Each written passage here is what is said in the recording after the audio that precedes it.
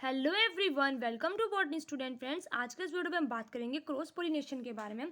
पिछले वीडियो में हम जो है सेल्फ पोलिनेशन के बारे में देखा था, तो इस वीडियो में हम क्रॉस पोलिनेशन के बारे में बात करेंगे। तो क्रॉस पोलिनेशन को हम जो है वो ज़ैनोगैमी और एलोगैमी भी बोलते हैं, ठीक है।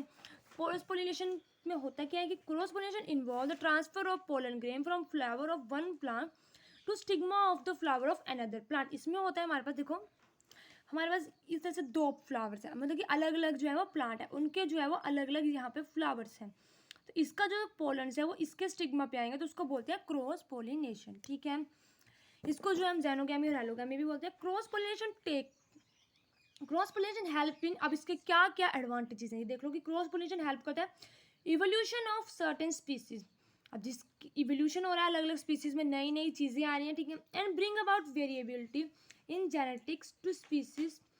ये और जो वेरिएबल होते हैं और इससे जो हमारे पास वेरिएबिलिटी आती है जेनेटिक और स्पीसीज में, and make them more adaptable to changing environment. अब कई चीज़ें ऐसी हैं जो टेम्परेचर के साथ, जैसे अभी ग्लोबल वार्मिंग हो रही है, टेम्परेचर बहुत ज़्यादा इंक्रीज हो रहा है, तो जो हमारे पास पुराने स्पीसीज हैं तो उनको भी तो अडेप्टेशन होनी चाहिए ना उनमें, ताकि वो उस इन्वायरमेंट में जो भी कंडीशन है, कहीं जगह पे ज़्यादा बारिश हो रही है, कहीं पे बारिश हो ही नहीं रही, तो उनको जो है अडेप्ट होना पड़ता है, ठीक है। तो सेल्फ पोलिनेशन से जो है अडेप्टेशन नहीं होती, वो किससे होती है, सिर्फ क्लोज पोलिनेशन होती है, तभी हमारे पास अडेप्टेशन होती है, ठीक है। एंड रेजिस्टेंस टू, और वो जो हमारे पास क्रॉस पोलिनेशन होती है तो जो हमारे पास न्यू स्पीसीज बनती हैं, resistance to disease and this ensure survival of species.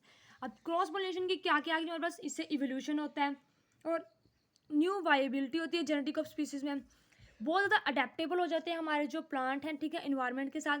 Resistance हो जाते हैं डिजीज, जो भी डिजीज उन्हें उनसे रेजिस्टेंस हो जाता है, बचने के लिए उनमें जो है रेजिस्टेंट हो जाते हैं। और this ensure survival of species, अगर वो अपने आप को अडेप्ट नहीं करेंगे, उनमें जो है चीज़ें चेंज नहीं होंगी, तो वो सर्वाइवल नहीं कर पाएंगे इन्वायरमेंट में, ठीक है।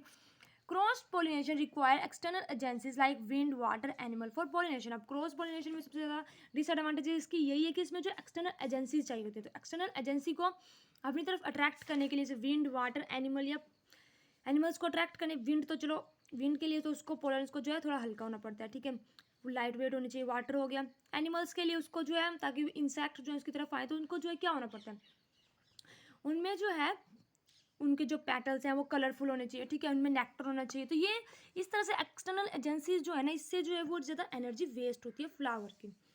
तो ये इसकी एक डिसएडवांटेजेस बता दी मैंने आपको यहाँ पे।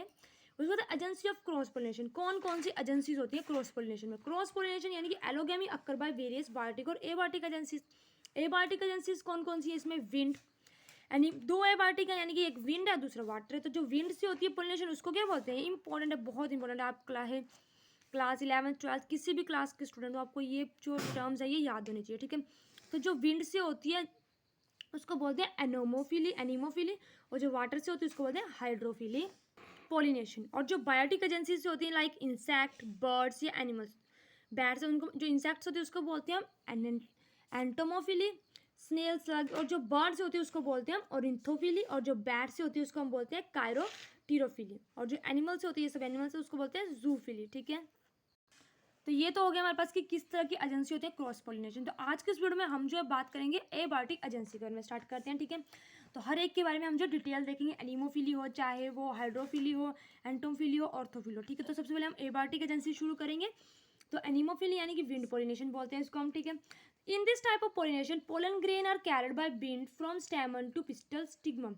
इसमें जो है पोलिनेशन होती है, पोलन ग्रेन जो है कैरिड होता है विंड से, हवा से जो है वो पोलन जो है वो उड़ते हुए स्टेमन तक जाते हैं, ठीक है। सॉरी, स्टेमन से जाएंगे वो पिस्टल के स्टिग्मा तक, ठीक है। स्टेमन किसका पार्ट है, मेल का पार्ट है, और स्टिग्मा किसका है, फीमेल का। तो स्टेमन से पोलन कहाँ जाएंगे, स्टिग्मा में, उड़ते हुए हवा में, ठीक है।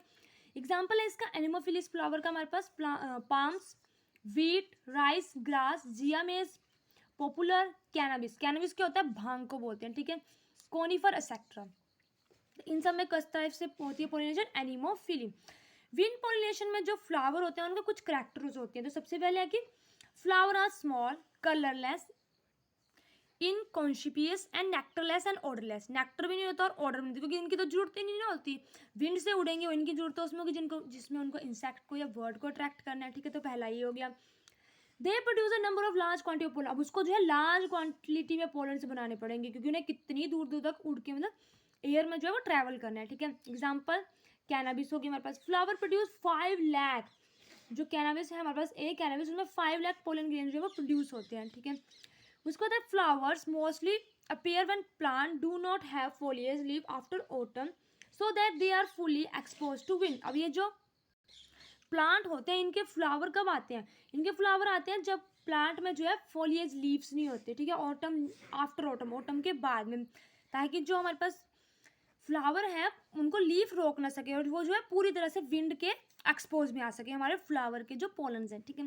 The stamen of flower are well expose with versatile anthers so that pollen are expose to wind currently.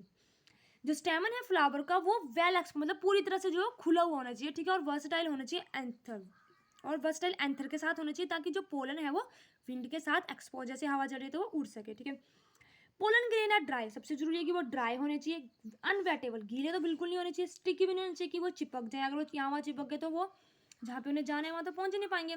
Smooth wall होने चाहिए और स्मॉल साइज होंगे तो ही वो विंड में ट्रैवल करेंगे ना। In some plant example Urtica the anther burst suddenly to throw the pollen in the air. Example इसमें जो है जैसे मतलब ये फ्लावर है, ठीक है, तो वो एकदम से बस्ट होगा, फटेगा और वो पूरी तरह से पोलन जो है वो बस्ट मैकेनिज्म यानी कि गन पाउडर मैकेनिज्म, गन जैसे गन शूट करती है और पाउडर मैकेनिज्म से ये जो है इसके जो पोलन है वो निकलते एकदम बस्ट करेंगे और पूरे के पूरे इन्वायरमेंट में फैल जाएंगे, ठीक है। द स्टिग्मा और नेक्स्ट है हमारे पास the stigma are usually large and feather to trap airborne pollen. अब स्टिग्मा जो है कैसा होना चाहिए, लार्ज होना चाहिए और उसमें जो है फेदर्स होने चाहिए ताकि वो ट्रैप होनी चाहिए, ट्रैप मतलब जाले, मतलब कि वो उसको फंसाने के लिए, ताकि वो जो उनको फंसा सके पोलन ग्रेन्स को, ठीक है। तो ये था हमारे पास विंड पॉलिनेशन। इसके साथ हमारी वीडियो कंप्लीट होती है। आई होप आपको मेरी वीडियो अच्छी लगी हो। अगर आपको मेरी वीडियो अच्छी लगी तो प्लीज़ मेरी वीडियो को लाइक करें, चैनल को सब्सक्राइब करें। Thank you.